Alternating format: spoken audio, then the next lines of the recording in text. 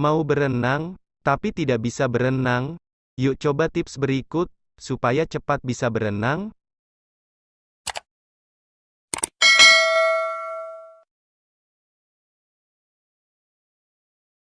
Belajar berenang bisa dilakukan oleh siapa saja, baik itu anak-anak maupun orang dewasa.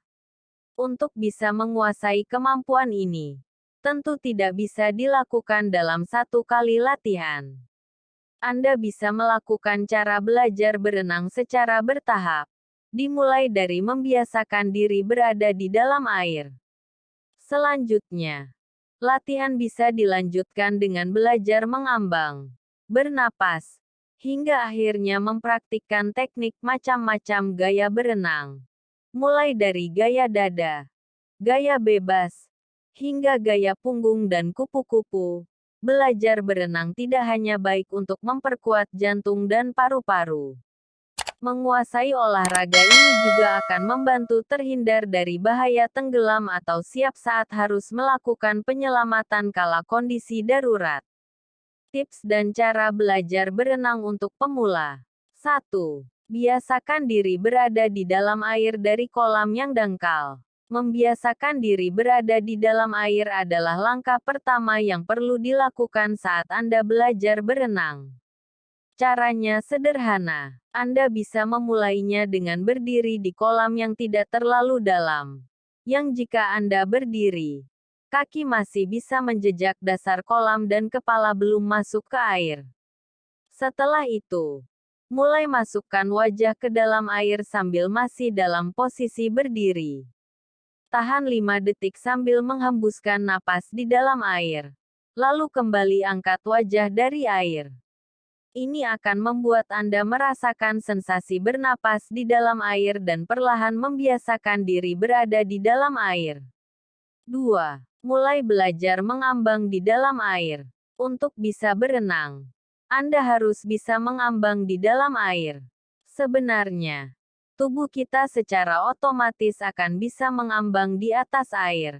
Namun kadang rasa takut membuat orang tidak berani benar-benar melepaskan pegangan atau jejakan kakinya dari dasar kolam.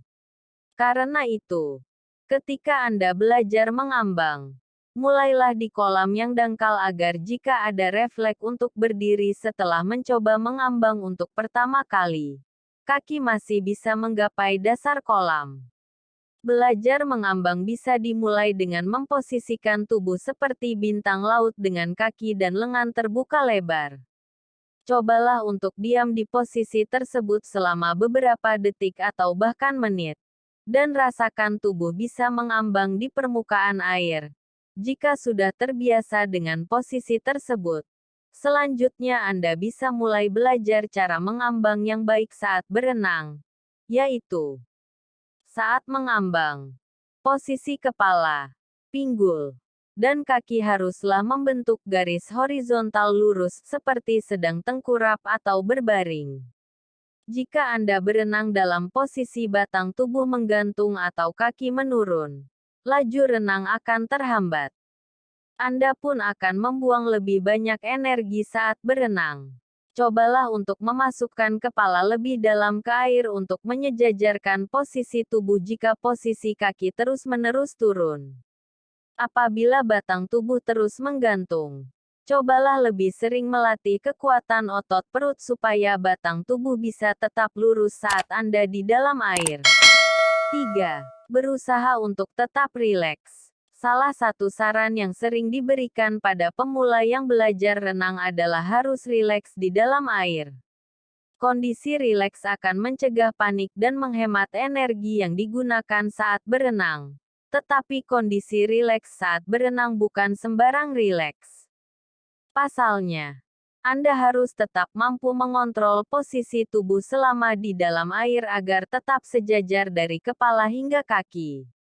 4. Perhatikan teknik bernapas yang baik. Cara belajar berenang yang baik juga perlu memperhatikan teknik bernapas yang tepat. Satu hal yang harus diperhatikan oleh para perenang pemula adalah jangan menahan napas saat kepala berada di dalam air. Saat kepala berada di dalam air, Anda harus membuang napas. Menahan napas di dalam air akan membuat gerak tubuh melambat dan kekurangan napas. Hal inilah yang membuat di setiap gaya renang, ada masa kepala naik ke permukaan karena di saat itulah Anda bisa mengambil napas. 5. Memposisikan tangan dan lengan agar sejajar dengan bahu. Saat sedang berenang, panjangkan tubuh bersama setiap gerakan tangan. Jagalah supaya posisi tangan dan lengan sejajar dengan bahu dalam setiap kayuhan tangan.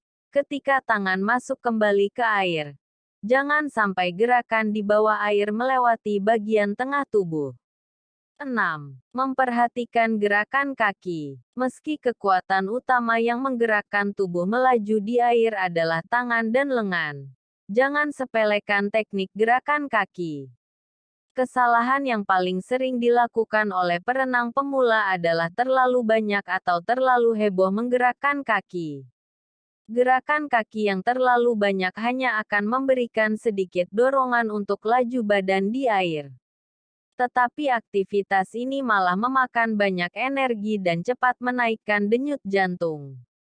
Pasalnya, gerakan kaki akan menggunakan otot-otot besar di tubuh seperti otot paha. Sebaliknya, gerakan kaki dengan ringan dan rileks dari paha dalam posisi jari-jari kaki meruncing poin. Tidak perlu menggerakkan kaki terlalu heboh. Anda cukup memastikan posisi kaki selalu sejajar dengan batang tubuh. 7. Gunakan alat bantu untuk belajar berenang. Beberapa alat bantu dapat membantu Anda untuk belajar berenang dengan lebih mudah. Alat tersebut bukanlah ban, karena justru akan mengganggu pergerakan. Alat yang bisa digunakan untuk belajar berenang antara lain adalah papan pelampung khusus yang terbuat dari plastik. Anda dapat menggunakan papan tersebut sebagai pegangan saat sedang belajar berenang maju ke depan. Belajar berenang dan tantangannya bagi pemula. Bagi banyak orang dewasa yang belum bisa berenang, mereka biasanya termasuk dalam salah satu kategori berikut. Pernah dengan teknik yang tidak tepat. Anda mungkin pernah belajar renang, tapi tidak berhasil menguasai teknik renang yang tepat. Pada akhirnya, Anda jadi tidak pernah berenang karena malu berenang dengan teknik yang terlihat asal-asalan. Memiliki pengalaman buruk menyangkut air. Punya pengalaman buruk dalam air yang memicu trauma dan takut tenggelam juga bisa menjadi alasan seseorang menghindari berenang. Sama sekali belum pernah belajar renang. Orang yang hingga dewasa belum ada kesempatan belajar renang bisa saja merasa sudah terlambat untuk belajar sekarang.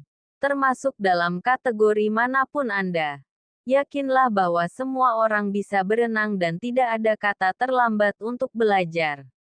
Yang jelas, Anda takkan pernah mampu menguasainya jika tidak pernah atau tidak mau mencobanya. Padahal, manfaat renang bukan hanya sekadar olahraga. Kegiatan fisik ini tergolong keterampilan penting untuk keselamatan.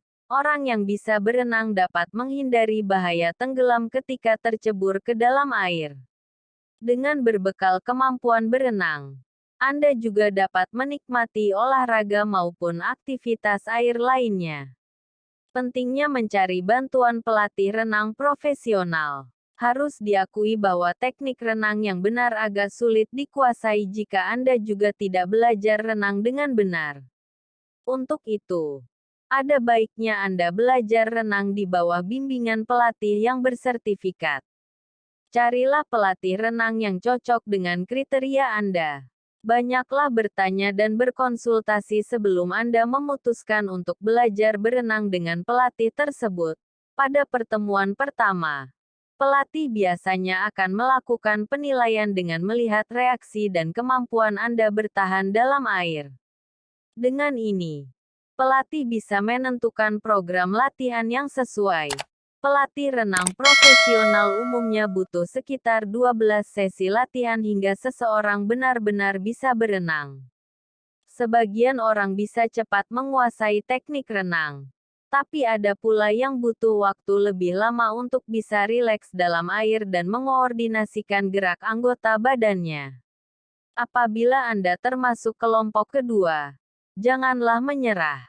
Pada akhirnya, semua orang pasti bisa menguasai olahraga air ini jika belajar berenang dilakukan dengan benar.